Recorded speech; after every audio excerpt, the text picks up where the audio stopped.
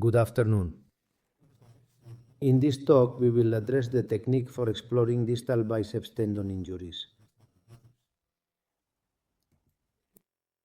The distal biceps tendon is a truly interesting element from the perspective of ultrasound exploration, but we must start from the premise that we are talking about a tendon insertion complex rather than a single structure. Thus, we need to focus on four fundamental points from an exploratory perspective, such as the internal bicipital aponeurosis, meaning the aponeurotic part within the musculature that will also allow us to clearly recognize the creation of the tendon itself, the external bicipital aponeurosis or lacertus fibrosus, which emerges when the tendon is already formed outside the musculature, and it is a very important support that inserts above the flexor musculature. The distal tendon itself, which also has two components as we will see later, practically overlapping or parallel from its long portion and its short portion. And let's not forget the paratenon, because it is a structure that often increases significantly in ruptures, and the tendon slides within it, greatly increasing its thickness. The exploration, as we have said, generally begins with an exploration from the intramuscular portions. If we look at the biceps brachii muscle, above and on the surface of the brachialis muscle itself, we find the formation of two structures already from approximately the middle of the arm, which are the short portion or the more ulnar and the long portion. From these two portions, the biceps tendon itself will form, as we will see in this video. We see the formation of the tendon structure, and on the surface a tendon that will later rotate and go deeper. So as we have said, the most important thing is recognizing the tendon from its intramuscular portion to its purely tendinous portion in this first area.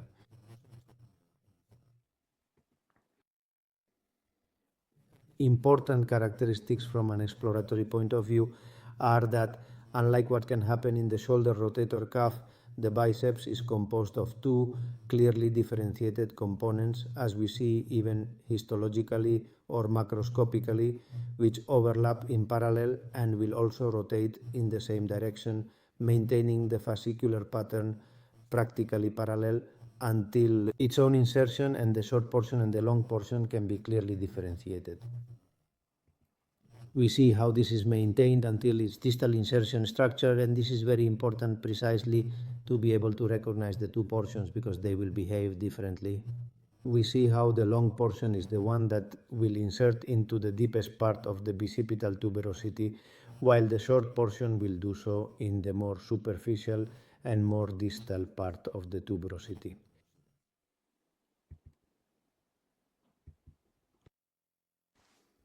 Subsequently, a clear rotation of the tendon occurs.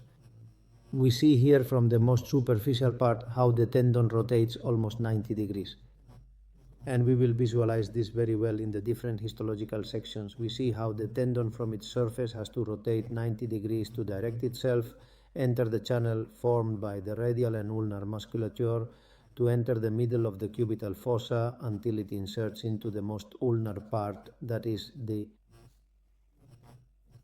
most internal part of the bicipital tuberosity. This is very important from an anatomical recognition perspective. We already see that if the insertion is completely ulnar, we will first have to perform rotation maneuvers to extract this portion from the interval that occurs between the radius and the ulna. Another very important element from the study perspective, apart from what we have already mentioned, which is the internal aponeurosis, is the external aponeurosis, the lacertus fibrosus. This lacertus has enormous considerations and differences among different people. We find that it can be very thin, it can be a relatively strong aponeurotic expansion, even practically as strong as the tendon itself, or frankly wide. And this is important because from a classification perspective, ruptures of the tendinous part can occur while maintaining the lacertus fibrosus, thereby preventing retraction. It is one of the most important elements from the perspective of pathophysiology and clinical exploration, even of distal biceps tendon injuries. Here we see a specimen that has practically similar strength between what is the external aponeurosis, lacertus, and the tendon itself.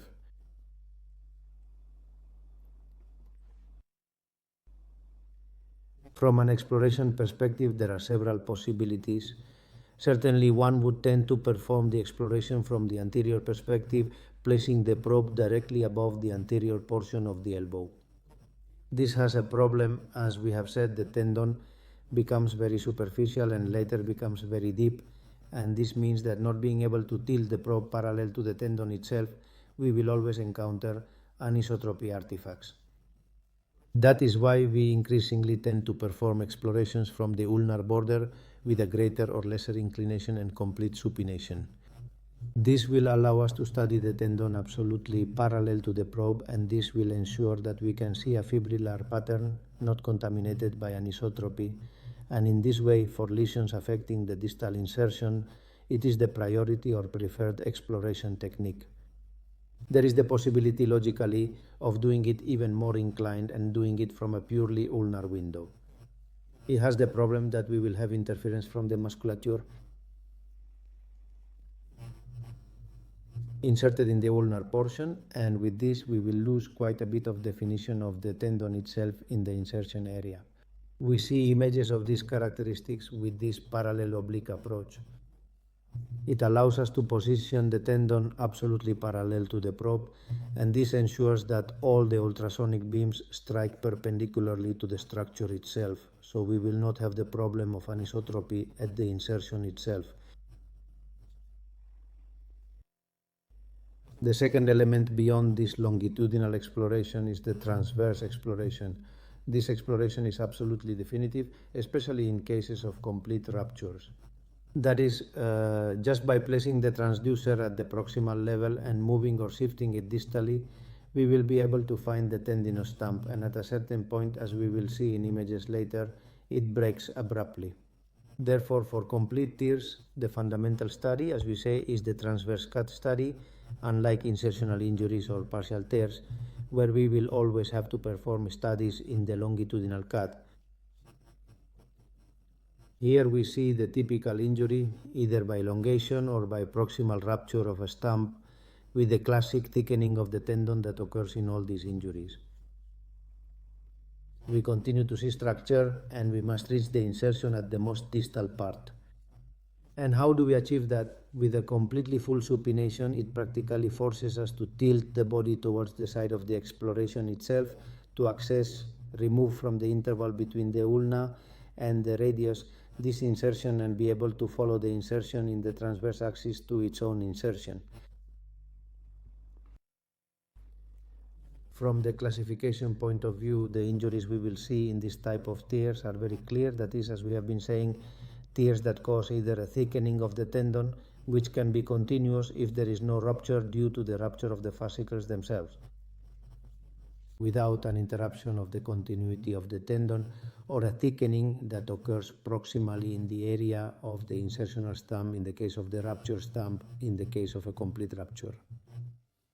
We can see hypoechoic alterations. This is very common in cases of tendon elongations or fluid effusions that occur and remain in the bicipitoradial bursa. On the other hand, in cases of more complete tears, logically we will tend to see absences of the tendon with even refraction artifacts, because the tendon wrinkles in the proximal area with hypertrophy of the external bicipital aponeurosis in the case that we are facing only insertional tears and that do not break this aponeurosis, logically due to the effect of the compensation of forces. This aponeurosis will hypertrophy clearly, or a dynamic dissociation between the tendon, between the biceps and the bone. This is very important. That is, a movement discrepancy occurs if we perform pronosupination movements between the bicipital tuberosity and the tendon. The radius would move, but logically the tendon in case of tears would not move. This dynamic study, along with the longitudinal study, as we mentioned, oblique, and the transverse study, are probably the three most important studies. From the classification point of view, here we only have to consider what the different types are. That is, a tendinous elongation that maintains the continuity of the tendon, a partial thickness tear that generally occurs at the insertion with a detachment of more or less 50% or of only one of the portions, or a type 3 when a complete thickness tear occurs, which could be without retraction or with minor retraction in the case of an intact lacertus, and tears with muscular retraction when the lacertus is injured, and this is where we would already see the elevation or proximalization of the rupture stump itself. We will be looking at some elements that are important to recognize these injuries: thickenings maintaining the entire insertion in case of elongations without tears. We will see these images in the insertion itself with very clear thickening of the tendon insertion area in the area of tendon stretching without rupture. More images of these characteristics that are also associated with the fluid we mentioned in the bicipito-radial bursa, very important from the point of view of considering tears. They almost always produce an effusion in this bursa, which is one of the most important elements to recognize. More partial injuries where defects are seen in the same insertion. If we activate video, we will see it very well also in pronosupination, defects in the same insertion of the tendon itself, which can be greater or lesser.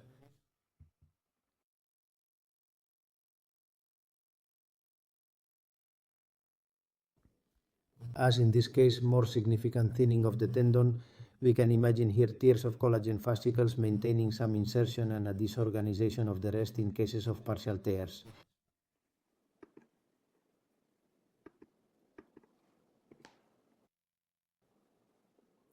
More images of these characteristics in more significant tears, where we see the defect in the tendon insertion clearly visible in the dynamic study. More images in larger tears, more than 50%, practically a detachment where only a small remnant remains in the most distal part corresponding to the short portion. The image in the transverse cut where we see how the tendon remains somewhat thickened and really loses connection in its most distal part. More images of these characteristics. We already see how important the dynamic study is to visualize how the tendon separates from the bicipital tuberosity and to see which part of the tendon remains inserted and which does not. Special tears where one part breaks and the other remains. We have said that the tendon remains practically parallel, and we see in the study a defect in the insertion while the tendon is maintained in another. That is, we see and can follow the continuity of some portions while the other is completely torn. We also see it very well in the longitudinal study. If we follow the tendon from the most proximal portion, as is done in the exploration, we see how at a certain point one of the fascicles disappears to maintain the continuity of the other. Type 2C tears, which indicate precisely the almost complete tears of most of the tendon, maintaining some of the fascicles corresponding to one of the two heads of the distal biceps tendon. Type 3 tears are much simpler, and here the short axis, that is the transverse cut, is definitive. In this case, we would see the tendon, the thickening of the stump itself, and at a certain point the disappearance of the tendon here in the elbow flexure area. That is, just the short axis for this type of tears is absolutely definitive. The long axis will guide us more to calculate the length of the tendon retraction. From an important point of view, from the point of view of surgical planning,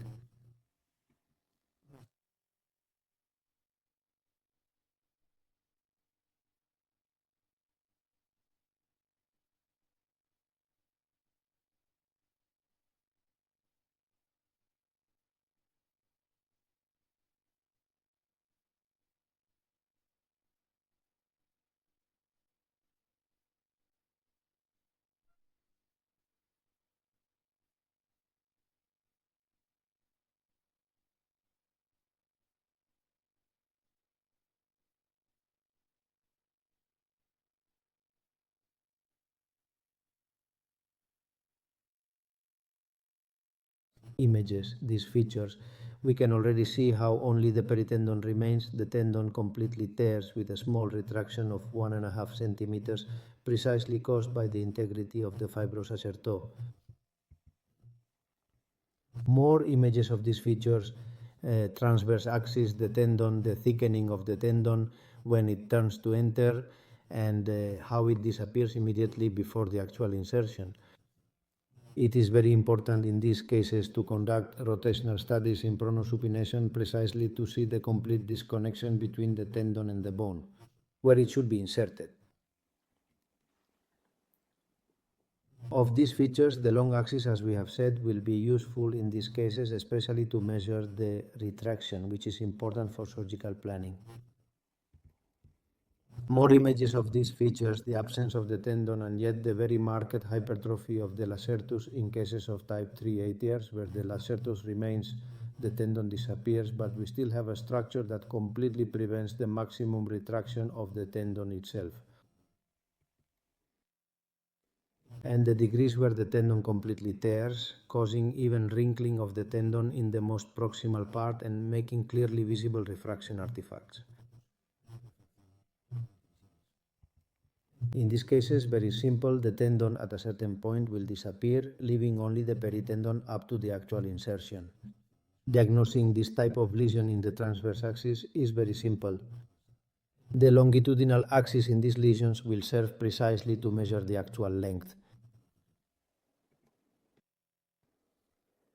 Therefore, and ultimately in the exploration of the biceps tendon, remember that it is absolutely essential to perform a sweep in the cut in the transverse axis to diagnose complete tears, while it is essential to perform this longitudinal study in maximum supination and as parallel as possible to the tendon itself from this cubital approach for the diagnosis of partial lesions at the actual insertion.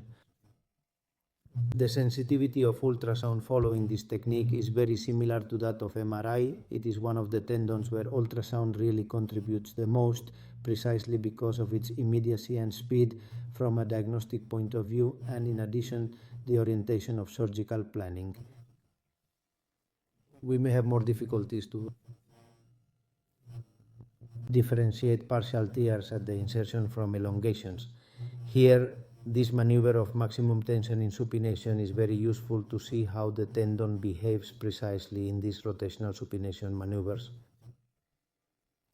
And on the other hand, consider that early diagnosis and pre-surgical planning will be a fundamental contribution of ultrasound, because it will greatly improve the prognosis and the complication rate of the surgical intervention. That is, intervening, operating on a complete tear of a biceps tendon with little retraction and with a smaller incision as a result of ultrasound planning will give us a much higher success rate than waiting for healing, poor fibrosis in the repair area that will become much more complicated after the first month.